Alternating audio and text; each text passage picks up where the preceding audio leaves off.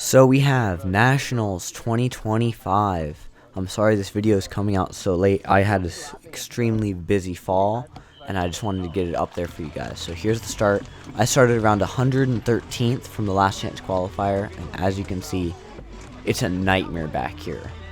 Just everyone going across the road, unclipping, not clipping in right, going in too high of a gear. Meaning that you just have to get up this road, get good position, but everyone's thinking that. So you can see I'm pushing 600 watts, or like a high sprint zone for me, right here up this hill, and I'm still not even dropping people or breaking even. And the winner of the short track's on my left side there. My teammate is coming up on my right side right here. You can see him in the gap cam, and I'm just telling him, dude, we're fried. This is crazy. Here's the feed zone, and we're approaching the start finish right now, and you can see the pink rider in the EF jersey on my left. I believe that rider ends up getting 15th, which is really impressive from the back of the field.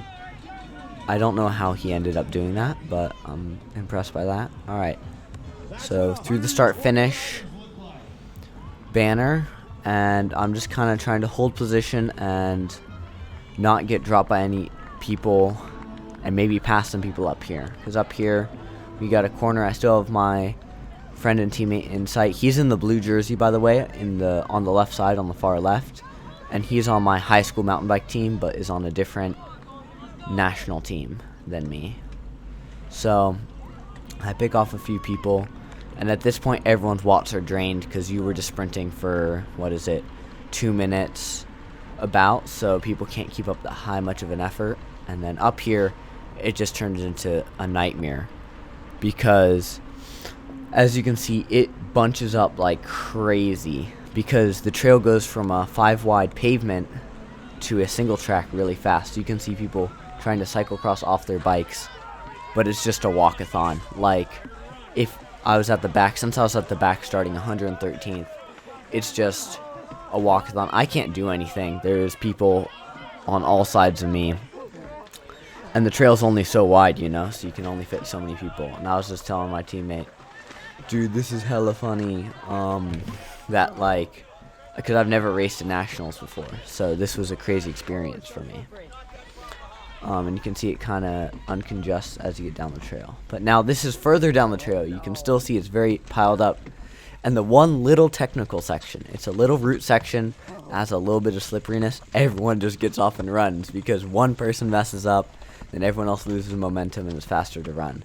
So I try and go around this guy. And what's really funny is I was joking with my teammate that it's actually faster. I think our pre-ride laps was faster than the first 1 or 2 laps of this race, just because of how congested it was. So you can see we got back on the bikes here, but then right up ahead someone else slips on a different little route, and people are just trying to run up around the hill, try and get around people, and that kind of works, but not really, and it kind of angers people. So it finally uncongests, and we're all back on and riding, which is good news. And that is, yeah, from the start, just that congestion. And you can see some slippery routes. Alright, so now we're climbing up a hill, and I'm chatting with the rider behind me about how, like, this reminds me of like a Nika start. If you've ever watched a Nika video from the back POV, I think I posted one of my friend's JV1 start. It's chaos. And just the same kind of thing, jam-packed of people slipping off and forgetting how to ride a bike. And then up here in this corner, my friend slips out in the mud puddle. Just front tire loses traction, because this whole course, it thunderstormed the night before.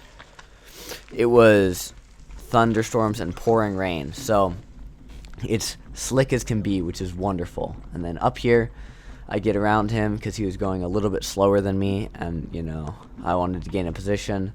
But as you can see, this course is quite single tracky and technical, especially in the wet. And here is another of those technical spots where everyone's doing a walkathon because one person had to get off, and it's that kind of backwards effect across the whole field. And you can see that these little roots are what was catching people off, and probably the slipperiness of these roots. But that was less congested of a thing, and took less time, and which is lucky. And then down here, some people get around me on the right, in this corner second lap, but this lap you can just see it's so slippery. Even just walking your bike over, you have back wheels sliding off, and like it doesn't even need any weight on it. It's just nightmare. And my teammate's still right on my wheel. And then here's the drop of the race, which I have never ridden a drop before that point right there. So me and some of my friends practiced that drop for a long time, which I thought was really funny. And then here's the end of the course. This was a super steep, super slippery rock drop, and right here I squeezed my brakes a little bit too hard because I slowed down and my teammate caught up, and I squeezed my brakes and he just apparently slid off the hill. Like, I heard about it afterwards, and he just gripped his brakes too hard and slid off, and you can see a rider on the side who crashed pretty hard. But this is where most of the cheering is. And then up here, I asked the rider behind me, hey, do you know where that wee endurance rider went? Because I was like, oh crap, where is he? I looked back, I didn't see him. And he's like, oh dude, he fell off the cliff. And I'm like, holy crap. Luckily he was alright. It wasn't a big injury or crash or anything. It was just kind of surprising that would happen in this race. And then, alright, so this is the end of the first lap, and this is the straight section, and you can see feed zone. It was hot and humid, so my dad gives me an ice sock, and then I pull off around this rider, and then this guy just drops an 800 watt bomb up the hill. I don't know what he's doing. I don't know what the strategy is there. I don't know if that works, but alright dude, do what you gotta do. Because on this course it is true, the only place to pass people is up on this asphalt hill. Like, there's no other passing places. So really, if you can save all your effort and sprint by people here, it's advantageous. And as you can see, the guy in the Trek jersey on the far right, just watch, he gets shoved into the barrier by a rider. And that's how you can tell people's heart rates are high. Mine's high. I'm at 203, 202. Just no one's really paying attention. And then on that rock section again, I mess up, which is embarrassing, and a rider gets around me and just tries to run it. I think I do the same. It's just still slick and slippery from the thunderstorms yesterday and all the mud, and I wasn't very confident on that section.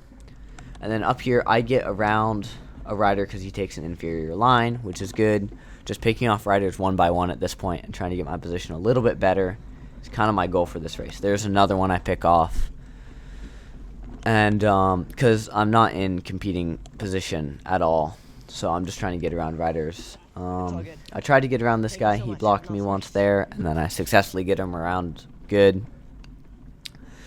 And my legs are feeling pretty solid at this point. They're not like exploded or anything. It's really technical that's getting me here because it's so muddy and I don't really race in these conditions. And then rider passing me back because I'm going too slow on the tech. You can see his back wheel slides out there. And then there again, just shows how slippery and uncontrollable this course is. It would have helped if I had mud tires and mud training of just riding in the mud more with my bike, which now this year I have. Alright, so it's up this final climb, and I hear a little kid go, count me off, and he counts me as 100th, which is not great, but 13 positions is okay, so I'm happy with that. And then at the top of the climb, to the road again, and this is where I'm strong because I have really, really good legs and not the best technical skills. So I really pick off two riders and try and catch some more up the hill as much as I can. And there's another rider who got me from behind, and now I'm just trying to follow his wheel as we both pick off people. Like, we pick off this guy who I believe is from a local Virginia team, and then we have the rider who got crashed in the barrier. He actually came back and successfully clawed his way back up to us, which I think is really impressive. Kudos to him.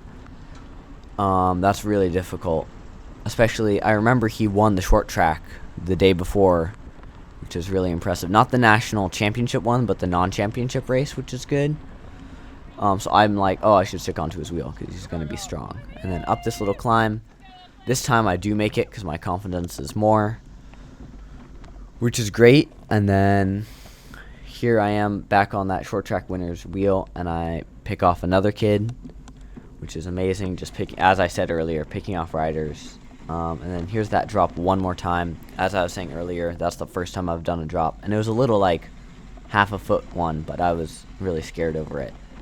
And then the slippery section, this is near the end of the race. There's a lot less fans. Everyone's kind of up by the top now, which is unfortunate, but over the course of the race, I feel like I really mastered this section, but it took a lot of repetition and trial and error. And then here, I thought I had 1 lap to go, but apparently I didn't make the time cut, so that's why that guy is sprinting ahead of me, and I get pulled this lap. So I get pulled barely at the cutoff. My dad said it was like maybe a minute, or less than a minute, like 30 seconds difference from me and the cutoff, which is really unfortunate. So I see these riders sprinting, and I'm like, wait, what's going on? Why are we sprinting? And then I see on the clock a 0, and I'm like, alright, I guess I'll sprint too. Why not?